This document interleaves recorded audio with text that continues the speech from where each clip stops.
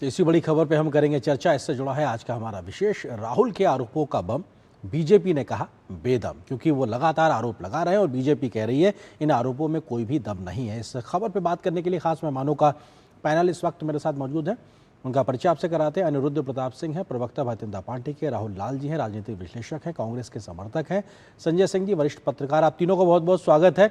राहुल लाल जी, शुरुआत आपसे, क्योंकि एक बार फिर से वही स्थिति दिखाई पड़ रही जहां राहुल गांधी जी की एक छवि बनती है कि साहब वो आरोप तो लगाते हैं, तथ्य पेश करते नहीं, और जब उनसे कहा जाता है तो वो स्थिति दिखाई नहीं पड़ती कि साहब उसके पास वो साक्ष्य हों। आज संसद में भी वही दिखाई पड़ रहा है। आर्यन जी, हमें तो लग रहा है कि आज जो राहुल गांधी जी ने जो भाषण दिया है, बड़ा ही ऐतिहासिक जो पूरा संबोधन रहा है उनका। और जो ऑथेंटिफिकेशन के मामले पे जो बात हो रही है वो सीधा लाइव में पूरे देश ने देखा कि संसदीय कार्य मंत्री जी ने क्या कहा कि आप कीजिए, ऑथेंटिकेट कीजिए।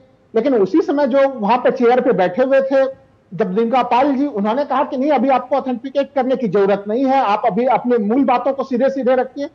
हमें तो ऐसा दिख रहा है आर्यन जी कि उन्होंने तो जो बजट के पहले जो आर्थिक समीक्षा रखी गई थी उसके तथ्यों की भी प्रशंसा की कि जो अभी वर्तमान वैश्विक स्थिति को रखा गया है वो आर्थिक समीक्षा में बिल्कुल सही ढंग से रखा गया है। चुनौतियां कई तरह की पैदा हो रही है और उन्होंने ऊर्जा सुरक्षा की तरफ भी ध्यान आकर्षण कराया कि ऊर्जा सुरक्षा के मामले को भी अंतर्राष्ट्रीय शक्तियों द्वारा उसको एक हथियार की तरह यूज किया जा रहा है।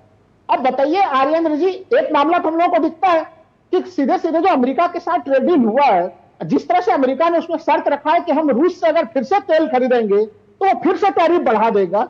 बताइए भारत किससे तेल खरीदे, किससे तेल ना खरीदे, ये क्या अमेरिका तय करेगा? सर, अमेरिका जो कह रहा है, सर आप वो लगातार बातें मान रहे हैं। भारत सरकार कह रही है, उनको भी तो सुनिए। वो लगातार कह रहे हैं ऐसा कुछ नहीं है, ऐसा कोई प्रावधान नहीं। राष्ट्रीय हितों में ऊर्जा सुरक्षा के लिए 140 करोड़ लोगों के हितों को सर्वोपरि रखा जाएगा। भारत सरकार तमाम मोर्चों पर इस बात को कह रही है लगातार। जी, 6 फरवरी को जो उन्होंने आदेश निकाला है, जो ट्रंप ने कार्यकारी आदेश निकाला है, उसके सेक्शन 4 में सीधे सीधे लिखा हुआ है कि अगर भारत सरकार के आदेश में तो नहीं लिखा है ना सर। मैं वही कह रहा हूं, मतलब आप सुविधानुसार एक वो पॉइंट वहां से ले रहे हैं जो आपको मुफीद रखता है।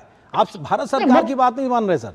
अच्छा, मैं तो कॉमन सेंस की बात कहता हूं आर्यन जी कि ये छोड़ दीजिए आप जी। अभी इसके पहले अगर मोदी जी की सरकार को छोड़ दे, इसके पहले अटल बिहारी वाजपेयी की भी सरकार रही, मनमोहन सिंह जी की भी सरकार रही, कभी भी क्या अमेरिका के साथ इतना ज्यादा टैरिफ अमेरिका का लगा हुआ था भारतीय उत्पादों पे?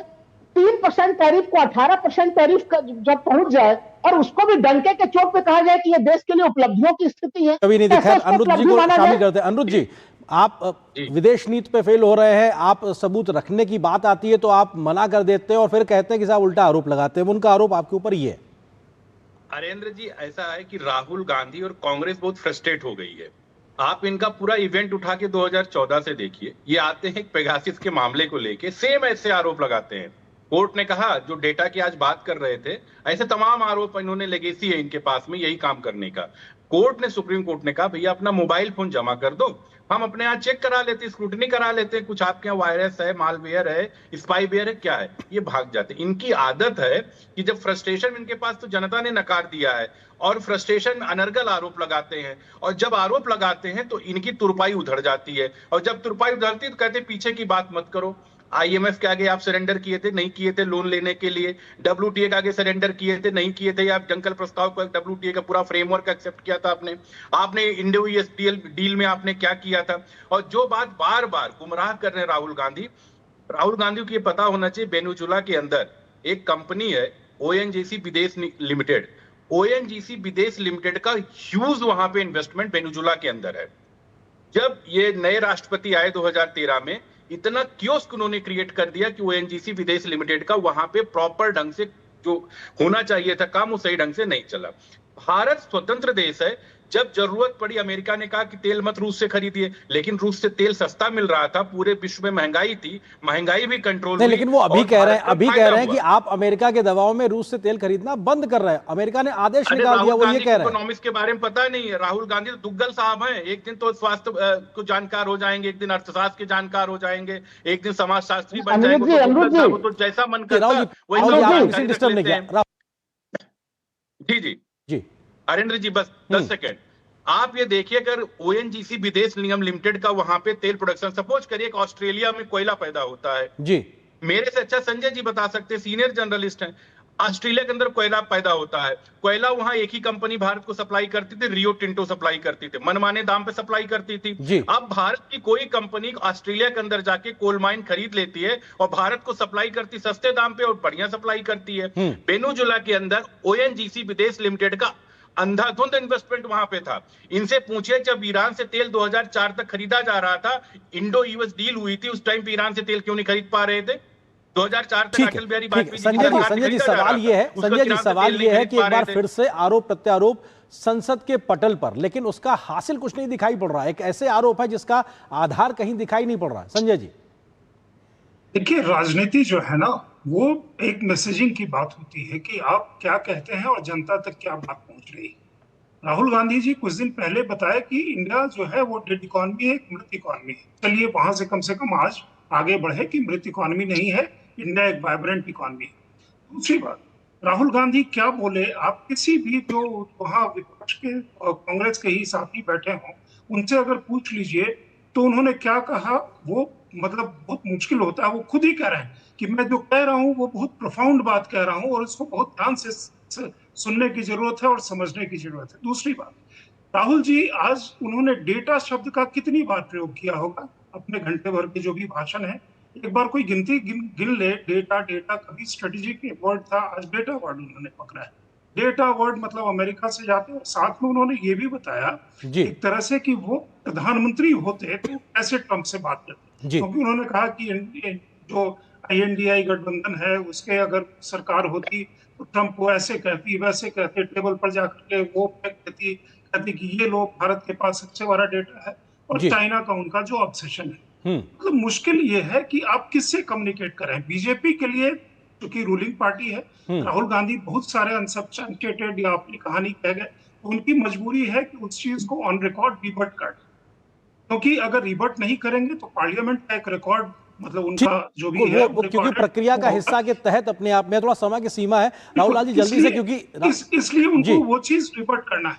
अगर आप पूछेंगे लोगों को क्या समझ में आए, ठीक है राहुल जी जल्दी से, क्योंकि अब उनको जवाब देना है कि वो जो कह रहे हैं आरोपों में सत्यता है या नहीं, अन्यथा एक प्रिविलेज मोशन लाने की भी एक व्यवस्था के तहत बीजेपी आगे बढ़ती दिखाई पड़ रही है।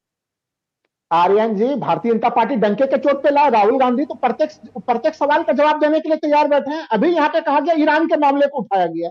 मैं ध्यान दिला दूं आर्यन जी, 2019 में जब 2019 में ईरान के ऊपर अमेरिका ने प्रतिबंध लगाया था, कोई जो है कि संयुक्त राष्ट्र संघ का प्रतिबंध नहीं था। पूर्व विदेश मंत्री जो सुषमा स्वराज जी थी, उन्होंने सदन के भीतर खुलकर कहा था आर्यन जी कि हम अमेरिका के प्रतिबंध को नहीं मानते हैं, केवल और केवल संयुक्त राष्ट्र संघ के प्रतिबंध को मानते हैं। लेकिन 2019 में इसी सरकार ने ईरान से सबसे सस्ते तेल खरीदने से इनकार कर दिया अमेरिका के दबाव में आके। अब रूस के दबाव में आ रहे हैं। और सबसे महत्वपूर्ण मामला जो राहुल गांधी ने उठाया, तो आप सोच के देखिए कि बांग्लादेश से हम लोग कैसे टक्कर लेंगे टेक्सटाइल के मामले में। बांग्लादेश को टैक्स फ्री हो जाएगा और भारत के ऊपर टैक्स लगेगा। उसका जवाब तो देंगे ना, मतलब ये थोड़ा जल्दी हाना में बता दीजिए। बिल्कुल जवाब दिया जाएगा और ऑथेंटिकेट किया जाएगा। तो आप दबाव में काम कर रहे हैं और वो सबूत के साथ जी ये भारत की मोदी सरकार की मोदी जी की विदेश नीति की बात करते हैं। राहुल गांधी या कांग्रेस के कभी दम नहीं रहा। भारत आज ब्रिक्स का पार्ट है और G7 का दोनों का पार्ट है। दोनों एक दूसरे का अपोजिट पार्ट रहे और भारत दोनों के साथ जुड़ा हुआ है। ये बात करते ईरान के साथ 2004 तक तेल खरीदा गया नहीं खरीदा गया, जब भारत ब्रिक्स का सदस्य कब बना था? आपने तेल खरीदा क्यों ईरान से? और अगर जरूरत पड़ेगी भाई, ONGC की इन्वेस्टमेंट है वेनेजुएला में, जरूरत पड़ेगी तो वेनेजुएला से भी तेल लिया जाएगा, यूएस से भी लिया जाएगा, रसिया से भी लिया जाएगा। भारत के लोगों के हितों को ध्यान रखते हुए जहां से सस्ता तेल मिलेगा वहां खरीदेंगे। झुकने की क्या बात, झुकने के आगे तो किसिंजर और निक्सन के आगे इंदिरा जी झुकी थी, सोनिया जी किसके किसके आगे झुकी है तो नटवर सिंह ने अपनी किताब में लिखा हुआ है। और कैनेडी का थोड़ा समय की सीमा है। आप तीनों को बहुत बहुत शुक्रिया हमारे साथ जुड़ने के लिए, इस खबर पर विस्तार से बात करने के लिए शुक्रिया। आप तीनों को बहुत बहुत शुक्रिया। और यहाँ पर एक छोटे